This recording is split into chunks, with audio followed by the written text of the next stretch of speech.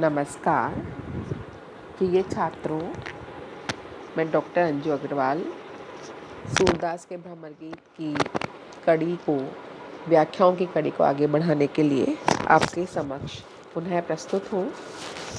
जैसा कि हमें विदित ही है, हम आचार्य रामचंद्र शुक्ल कृत भ्रमर गीत सार की व्याख्याएं कर रहे हैं, जो कि हमारे स्नातकोत्तर पूर्वार्ध के द्वितीय प्रश्न पत्र में सम्मिलित हैं।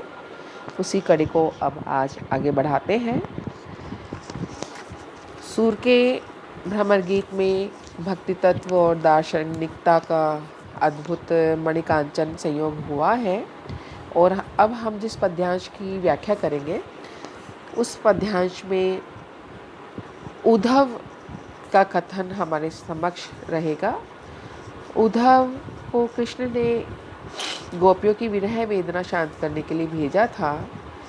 उद्धव परम ज्ञानी थे और उद्धव को बृहस्पति पुत्र भी माना जाता है।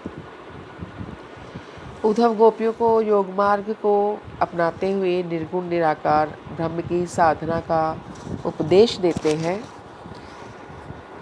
उद्धव प्रेम और भक्ति मार्ग को तुच्छ या हेय दृष्टि से देखते हैं, और इसी चीज़ को या इसी बात को गलत साबित करने के लिए कि प्रेम जो है वो कितना बड़ा है, कैसा है, उस प्रेम की उच्चता को दिखाने के लिए ही श्री कृष्ण ने उद्धव को गोपियों के पास भेजा था। तो यहाँ पर उद्धव गोपियों को श्री कृष्ण का संदेश दे रहे हैं। संदेश देते हुए उद्धव गोपियों को कहते हैं, सुनो गोपी हरि को संदेश, करी समाधि अंतर्गति, चितवो प्रभु को यह उपदेश। वह अविगत अविनाशी पूरन घट घट रहे समाये, तिहि निश्चय के ध्यावहु ऐसे सुचित कमल मन लाए। यह उपाय करी विरह तजोगी, मिले ब्रह्म तब आए। तत्व ज्ञान बिनु मुक्ति न होई, निगम सुनावत गाए। सुनत संदेश तू सह माधव के, गोपी जन बिल खाने। सुर विरह की कौन चलावे, नयन ढरत अति पाने। तो यहाँ पर उद्धव को मौका मिल गया है गोपियों को संदेश देने का। तो उद्धव गोपियों से कहते हैं कि हे गोपियों, हरि का संदेश सुनो। श्री कृष्ण ने तुम्हारे लिए जो संदेश भेजा है वह संदेश सुनो। करी समाधि अंतर्गति, चितवो प्रभु को यह उपदेश। कि तुम गोपियों को बोल रहे हैं कि मुझे श्री कृष्ण ने तुम्हें यह संदेश देने के लिए कहा है कि तुम सब समाधिस्थ होकर के, अपने अंतर में समाधि लगा करके, हृदय के भीतर उस ब्रह्म को उस ब्रह्म को अपने भीतर ही देखो। कि तुम समाधिस्थ हो जाओ और अपने हृदय के भीतर ही उस ब्रह्म को देखो। वे अविगति अविनाशी पूरन घट घट रहे समाये। कि वो परब्रह्म अविगत है, अज्ञात है, अविनाशी है, और वह पूर्ण है और प्रत्येक के शरीर में रहता है। घट घट में, हर शरीर में समाता है, घट घट में ही समा रहा है। तो ऐसे में हे गोपियों, तुम अपने आप में अंतर स्थित होकर के उस परब्रह्म को, जो कि अविगत है, अविनाशी है, पूर्ण है, उसको अपने अंतर्गत ही, अपने आप में ही देखो। तुम्हारे अंदर ही वो व्याप्त है। तिहि निश्चय के ध्यावहु ऐसे सूचित कमल मन लाए। कि तुम निश्चिंत होकर के, अर्थात दृढ़ता पूर्वक, एकदम स्वस्थ चित्त से होकर के, निश्चित होकर के, एकदम निश्चय धारण करके उस ब्रह्म को ध्याओ, उस ब्रह्म की आराधना करो। ऐसे सुचित कमल मन लाए। कि ऐसे उस ब्रह्म को दृढ़ता पूर्वक, उस ब्रह्म में ध्यान लगा करके, उस कमल में अपना ध्यान लगाओ। जो हठयोगिक साधक है वो मानते हैं कि षटचक्र को पार करके हमारी जो दोनों भौएं हैं, उन भौओं के मध्य में कमल की व्याप्ति होती है, कमल पुष्प स्थित है। तो ये बोल रहे हैं कि तुम जब दृढ़ता पूर्वक निश्चय लगा करके अपने अंतरतम में उस ब्रह्म की, उस अविनाशी अज्ञात पर ब्रह्म की तुम जब समाधिस्थ होकर के अपने भीतर देखोगी तो तुम्हें हृदय के भीतर अपने भवों के मध्य स्थित जो कमल है उस कमल में ही उस ब्रह्म की प्राप्ति हो जाएगी। तो तुम उस कमल में व्याप्त, उस कमल में बैठे हुए उस ब्रह्म को प्राप्त करने का प्रयास करो। यह उपाय करी विरह तजोगी, मिले ब्रह्म तब आए। कि जब तुम उस षटचक्र की साधना करके उस कमल तक पहुंच जाओगी, उस कमल में अपना ध्यान लगाओगी, तो यह उपाय करके तुम इस पूरे विरह का त्याग कर दोगी, अर्थात तुमको इस विरह से मुक्ति की प्राप्ति हो जाएगी और उस ब्रह्म की तुम्हें प्राप्ति होगी। यह विरह तुम्हारा समाप्त हो जाएगा और ब्रह्म की प्राप्ति हो जाएगी। तो तुम पूरा ध्यान लगा करके ब्रह्म की उपासना में अपने मन को लीन कर लो। तत्व ज्ञान बिनु मुक्ति न होई, निगम सुनावत गात। उद्धव गोपियों से कहते हैं कि वैसे भी तत्व के बिना किसी को भी मुक्ति की प्राप्ति नहीं होती है, बिना तत्व ज्ञान के मुक्ति संभव ही नहीं है। ऋते ज्ञानाव मुक्ति, अर्थात बिना तत्व ज्ञान के मुक्ति नहीं होती। तो यह शास्त्र और वेदों और शास्त्रों का जो ये मत है, यह वेद और शास्त्रों का मत उद्धव गोपियों को सुनाते हैं या बताते हैं। सुनत संदेश दूसह माधव के, गोपी जन बिलखानी। और जब श्री कृष्ण ने ये संदेश गोपियों को भिजवाया है, गोपियों को उद्धव के मुंह से श्री कृष्ण का जब ये उन्होंने संदेश सुना तो उनको ये बड़ा ही दुस्सह लगा, असह्य लगा, क्योंकि गोपियों को ये उम्मीद नहीं थी कि श्री कृष्ण जिनसे वो इतना प्रेम करती हैं, आज तक वो उन्हीं से प्रेम करने के अलावा उन्होंने कोई कार्य नहीं किया, श्री कृष्ण ऐसा नीरस, इतना असह्य, ऐसा दुखद संदेश उनको भिजवाएंगे, यह उनको सपने में भी उम्मीद नहीं थी कि उनको इतना संतप्त करे, श्री कृष्ण का संदेश इतना संतप्तकारी होगा, इतना दुख देने वाला होगा। तो यह संदेश सुनकर गोपियाँ जो हैं वो बिलखने लगी, रोने लगी। उनको असह्य इस चीज़ से पीड़ा हुई, इस संदेश से उनको असह्य पीड़ा हुई कि ऐसा नीरस और दुखद संदेश श्री कृष्ण ने उनके लिए भेजा है। सूर्य विरह की कौन चलावे, नयन ढरत अति पानी। सूरदास कहते हैं कि गोपियों के उस विरह की, उस दुख की चर्चा अब मैं क्या करूं, उस विरह की बात को कौन चलाए। वो इतने व्याकुल मन से रोने, इतने व्याकुल होकर के बिलख बिलख करके रोने लगी कि सूरदास कहते हैं कि उनके नेत्रों से अतिशय आंसुओं की जो धारा है वह बहने लगी, चारों ओर आंसू ही आंसू हो गए। तो सूरदास कहते हैं कि उनकी विरह की तो मैं क्या वर्णन करूं, उनकी विरह की कथा को मैं क्या चलाऊं यहाँ पर। गोपियाँ तो ये संदेश सुन करके अतिशय दुख में आंसू बहाने लगी, आंसू उनके प्रवाहित होने लगे। तो यहाँ पर नयन ढरत अति पानी में हम अतिशोक्ति अलंकार भी मान सकते हैं। गोपियों का अतिशय प्रेम यहाँ पर हमको दिखाई देता है, जो कि उद्धव के इस संदेश के साथ में ही आंसुओं के रूप में बढ़ गया, या शोक सागर में वो यहाँ पर निमग्न हो गई। तो बहुत ही हृदयहारी वर्णन जो है यहाँ पर हमें दिखाई देता है। आगे उद्धव का ये संदेश सुनकर के गोपियाँ जो जवाब देती हैं उद्धव को, वह जवाब इस अगले पद्यांश में आया है। गोपियाँ उद्धव से कहती हैं, मधुकर भली सुमति मति खोई, भली सुमति मति खोई, हाँसी होने लगी या ब्रज में, जोगे राखो गोई। आतम राम लखावत डोलत, घट घट व्यापक जोई। चापे कांख फिरत निर्गुण को,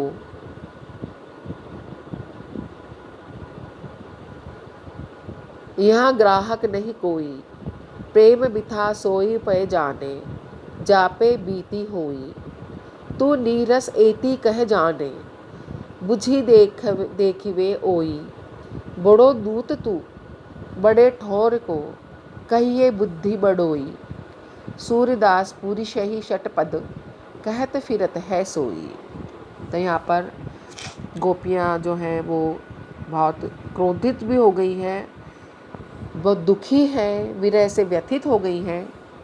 तो ऐसे में उद्धव ने जो उनको निर्गुण का ज्ञान दिया है, उस निर्गुण ज्ञान का उपहास करते हुए गोपियाँ उद्धव को कह रही हैं, मधुकर भली सुमति मति खोई, कि हे मधुकर, तुमने तो अपनी भली मति को, यहाँ पर मधुकर बोला है उन्होंने उद्धव को। मधुकर का मतलब होता है वैसे भ्रमर या भौरा।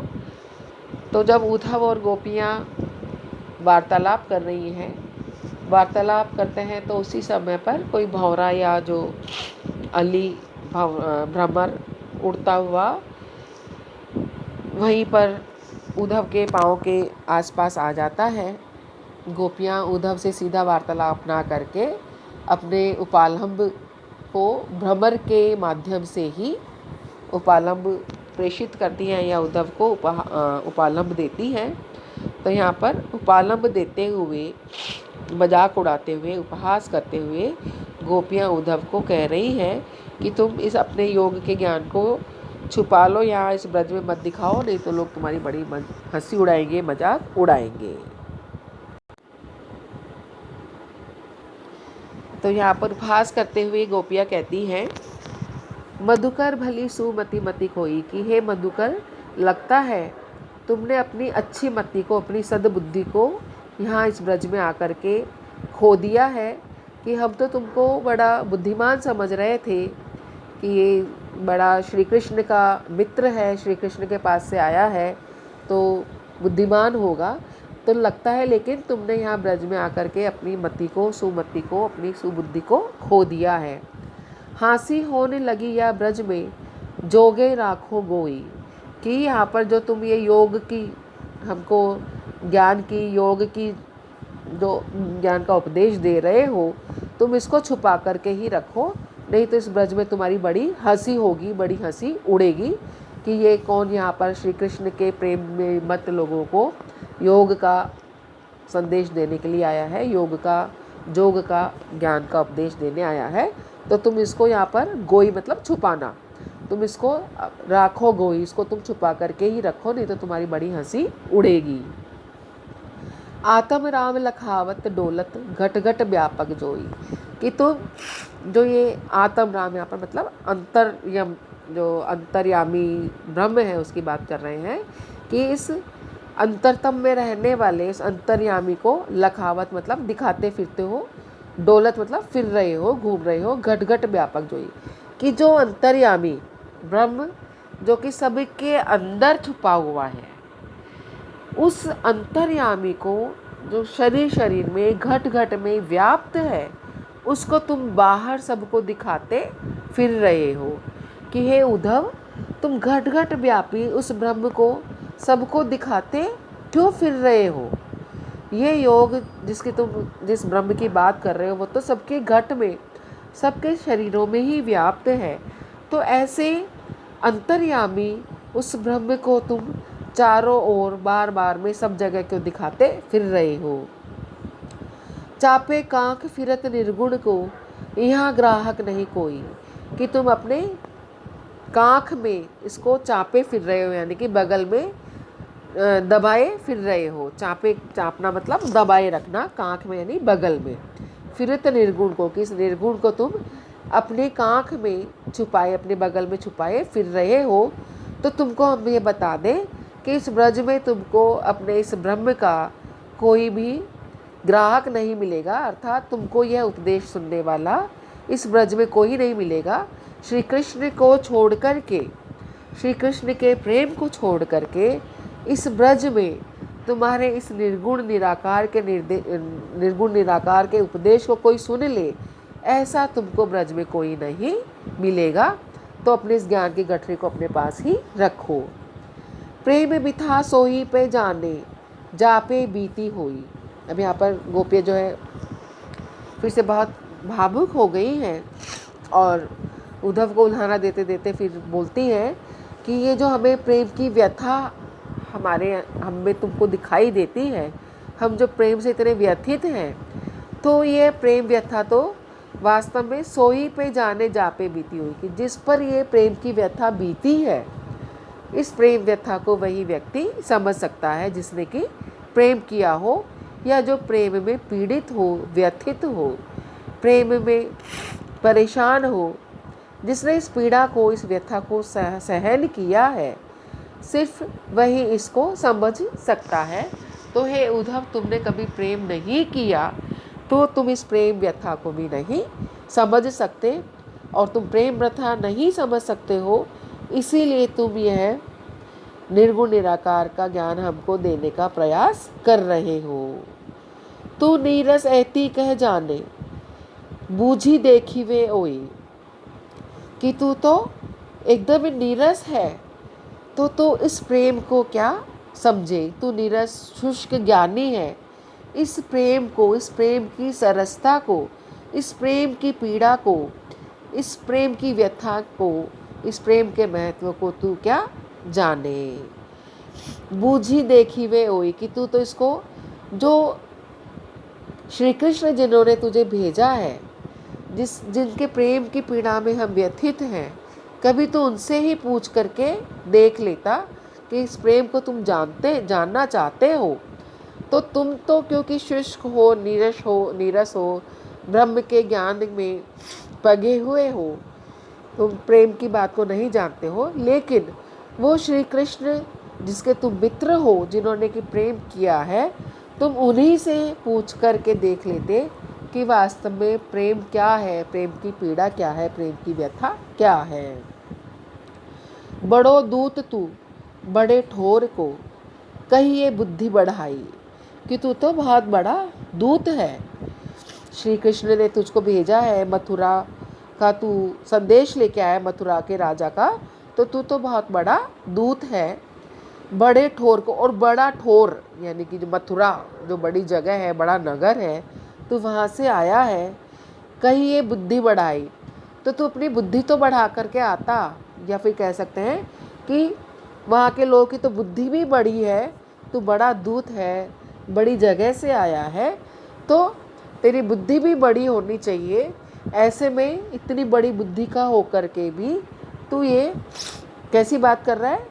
सूर्यदास पुरुष ही षटपद कहत फिरत है सोई, कितनी बड़ी का बुद्धि का होकर के भी तू पुरुष ही की, हे षटपद, हे कम बुद्धि के भंवरे, तू क्या पुरुष ही कहते हैं मल को, विष्टा को, तो तू क्या विष्टा की बात कर रहा है, विष्टा की सराहना कहते फिरते सोई, कि तू विष्टा पे बैठ के आया है क्या, हे षटपद, हे भौरे, तो क्या विष्टा पर, मल पर बैठ कर के आया है जो उसकी सराहना करता फिर रहा है।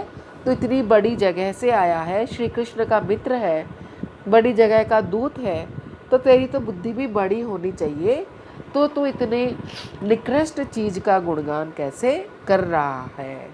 श्री कृष्ण का प्रेम छोड़ करके अगर गोपियों को कोई भी बात कही जाती है तो वह उन्हें बहुत ही तुच्छ और हे लगती है। तो यहाँ पर जो गोपियाँ हैं वो उद्धव के सारे उपदेश को, उनके परब्रह्म की बातों को सबको विष्टा के समान ही बता देती हैं और उसको बुद्धिहीन, भ्रष्ट बुद्धि कहती हैं। तो यहाँ पर सूरदास जो है उन्होंने बताया है कि कैसे गोपियों के लिए उद्धव का निर्गुण निराकार ब्रह्म का ज्ञान उपेक्षणीय है और असहनीय है कि उन्होंने उद्धव को ये सारी बातें कही। तो यहाँ पर ये इसमें थोड़ा बहुत व्यंग्य और विनोद भी है, हास्य का पुट भी इन्होंने दिया है। लास्ट में जो निर्गुण की ये बात करती हैं कि वास्तव में तुम्हारा निर्गुण तो निर्गुण ही है, ये भी यहाँ पर आ जाता है। आज के इस व्याख्यान को हम यहीं समाप्त करेंगे।